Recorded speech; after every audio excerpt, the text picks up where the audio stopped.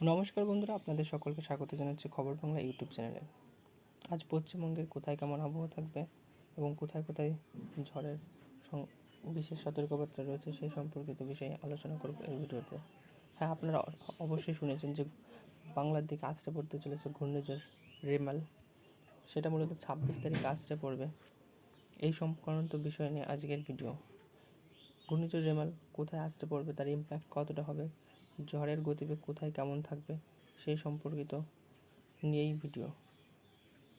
এবার এই বিষয়ে আলিপুর আবহাওয়া দপ্তরের অধিকর্তা কী জানালেন সেটা শুনে নিয়ে যাক তার কাছ 26 থেকে। তারিখে রাত্রিবেলাতে মধ্যরাত্রে সেই সময় হয়তো উইন্ড স্পিড আপনার 100 কিলোমিটার পার আওয়ারের মতো হওয়ার সম্ভাবনা আছে আর করার সম্ভাবনাটা হচ্ছে যে বাংলাদেশ কোস্ট তবুও কথা হচ্ছে ওখানে একটা ক্ষীণ সম্ভাবনাও আছে যে আপনার বাংলাদেশ এবং কি বলে ওয়েস্ট বেঙ্গল কোস্টে হিট করার আগে। সুতরাং West Bengal coast will be also very much affected.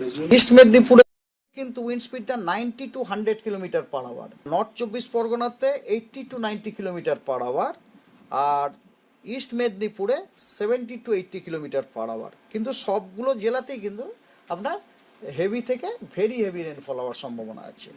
সেটা 26-এ গেল। 27 তারিখে কলকাতা, হাওড়া, হুগলি, দুটি 24 পরগনা এবং ইস্ট মেদিনীপুর, এই সব কটাতেই আপনার অরেঞ্জ অ্যালার্ট দেওয়া হয়েছে এবং প্রত্যেকটাতেই হেভি থেকে ভেরি হেভি রেনফলের সম্ভাবনা রয়েছে এবং উইন্ড স্পিড প্রত্যেকটিতেই 60 থেকে 70 কিলোমিটার পার আওয়ারের সতর্কবার্তা দেওয়া।